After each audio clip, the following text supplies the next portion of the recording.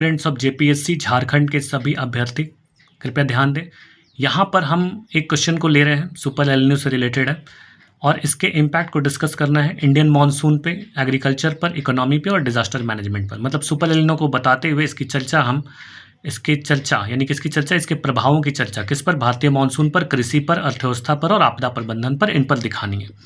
तो यहाँ हम देख पा रहे हैं कि 75 वर्ड में सिर्फ 75 वर्ड में, क्योंकि जेपीएससी का ये क्वेश्चन मॉडल क्वेश्चन है, तो यहाँ पर हम 600 साढ़े 600 वर्ड उम्मीद कर सकते हैं कि लिखना है। तो 75 वर्ड सिर्फ हम देंगे मॉडल हिंट में, है ना, जहाँ पर हम एल नीनो को डिफाइन करेंगे और इसको डिफ्रेंशिएट करेंगे सुपर एल नीनो से।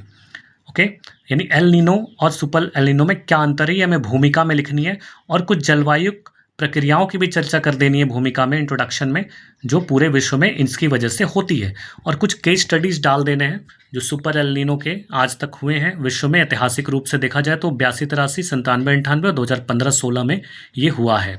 यहाँ तक तो आपकी भूमिका हो गई। इसके बाद आगे चलेंगे, इसको कनेक्ट करेंगे हम इंट्रोडक्शन से, जिसमें mechanism of super El Nino बताना है, यानी कि हमें सुपर एल नीनो के मैकेनिज्म को दिखाना है, कैसे सुपर एल नीनो बनता है।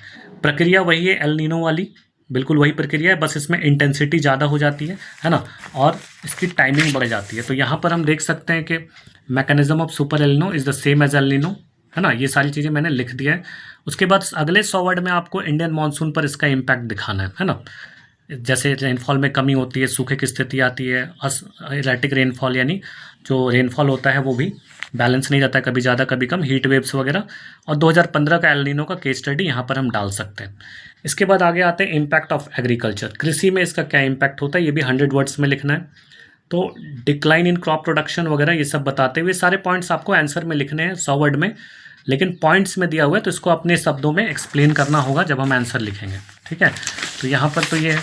इसके बाद हम देख पाते हैं कि जो अगला पॉइंट आ रहा है उसमें इम्पैक्ट ऑन इकोनॉमी, तो इकोनॉमी पे इम्पैक्ट क्या है ये भी 100 वर्ड में लिखना है ना, और इस तरह के पॉइंट्स को एक्सप्लेन करना पड़ेगा आपको, ठीक है।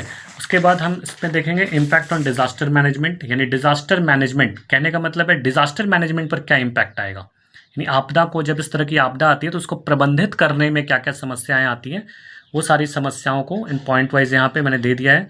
उसके बाद लास्ट के 25 वर्ड में यहाँ भी 100 वर्ड देना है, ध्यान रहे, इम्पैक्ट ऑन डिजास्टर मैनेजमेंट, इसको भी 100 वर्ड्स में लिखना है और इन सारे पॉइंट्स को अपनी लैंग्वेज में एक्सप्रेस करके लिखना है। वे फॉरवर्ड 25 वर्ड में, यानी कि भारत अपने किस तरह से इन सारी समस्याओं से निकल सकता है, इसका रास्ता क्या है, आगे का रास्ता क्या है, ठीक है। और वे फॉरवर्ड के बाद कंक्लूजन लिख लेना है आपको 50 वर्ड्स में, और ये 50 वर्ड्स में कंक्लूजन लिखने के बाद ये आंसर आप ख़त्म कर सकते हैं। Thank you.